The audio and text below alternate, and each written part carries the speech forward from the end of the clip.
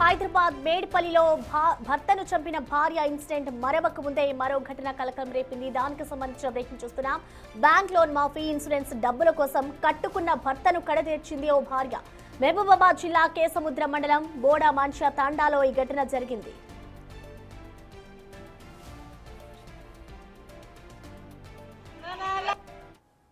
బోడమంత చెందినటువంటి ముఖ్య వీరన్న నిన్న చనిపోయి దాని మీద అతని తల్లి ఇచ్చినటువంటి ఫిర్యాదు మీద హత్య కేసుగా నమోదు చేయబడింది. హత్య కేసులో దర్యాప్తులో భాగంగా ఇటు హత్యకు కారణమైనటువంటి ముఖ్య వీరన్న భార్య విజయలక్ష్మి మరియు ముఖ్య బాలాజీ, అదేవిధంగా భరత్ అనే వ్యక్తులు ముగ్గురు కారణం. ముఖ్య బాలాజీకి మరియు మృతుడు ముఖ్యమైన భార్య విజయలక్ష్మికి గత కొన్ని సంవత్సరాల అక్రమ సంబంధం ఉంది. అదేవిధంగా ముఖ్య వీరన్న అప్పులు బాలయ్యాడు. అతను ముత్తూరు ఫైనాన్స్ నుంచి కొంత ఫైనాన్స్ తీసుకోవడం జరిగింది. హౌస్లో అతను ఇన్సూరెన్స్ చేయడం జరిగింది. ఇన్సూరెన్స్ తీసుకున్న వ్యక్తి చనిపోయినట్లయితే అటు ఇన్సూరెన్స్ రుణమాఫీ అవుతుంది. ముఖ్య వీరన్న బోడమంచ తండాకు చెందిన భూక్య వీరన్న అప్పులు చేశారు. అవి తీర్చకపోవడంతో ప్రైవేటు బ్యాంకులో లోన్ తీసుకున్నాడు. అయితే తన పేరు మీద ₹1 కోటి ఇన్సూరెన్స్ ను కూడా చేయించాడు. భర్త చనిపోతే లోన్ మాఫీ ఇన్సూరెన్స్ డబ్బులు వస్తాయన్న ఆశతో వీరన్నను చంపేందుకు అతడి భార్య విజయ ప్లాన్ వేసింది. తన ప్రియుడు బాలాజీ ఆర్ఎంపీ డాక్టర్ భరత్తో పంట పొలాల్లో వీరన్నను చంపి రోడ్డుపై పడేసి రోడ్డు ప్రమాదంగా చిత్రీకరించారు. ఇతడు మృతుడు తల్లి ఫిర్యాదుతో కేసు నమోదు చేసుకున్న పోలీసులు 24 గంటల్లోనే కేసును ఛేదించారు. నిందితులను అదుపులోకి తీసుకుని రిమాండ్కు తరలించారు. ఈ ఘటనపై మరింత సమాచారాన్ని మా ప్రతినిధి యశ్వంత్ అందిస్తారు. యశ్వంత్, మనం చూస్తున్నాం ఇటు ఈ ఘటనకి సంబంధించిన అప్డేట్స్ ఏ విధంగా ఉన్నాయనుకోవచ్చు. అసలు ఎవరెవరిని పోలీసులు అదుపులోకి తీసుకున్నారు ప్రెసెంట్?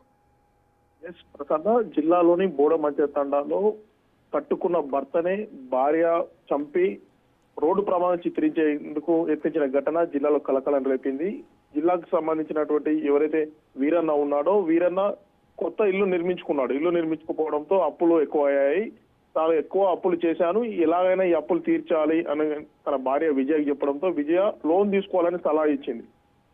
దీంతో పాటుగా విజయ్తో వివాహేతర సంబంధం కలిగి ఉన్న ఇదే తండాకు చెందిన బాలాజీ కూడా తన భర్తకు లోన్ ఇప్పియండి అని చెప్పడంతో బాలాజీ కూడా ఇదే గ్రామానికి చెందిన ఆర్ఎంపీ భరత్ సహాయంతో లోన్ కూడా 30 లక్షల లోన్ ప్రైవేట్ బ్యాంకులో తీసుకున్నారు.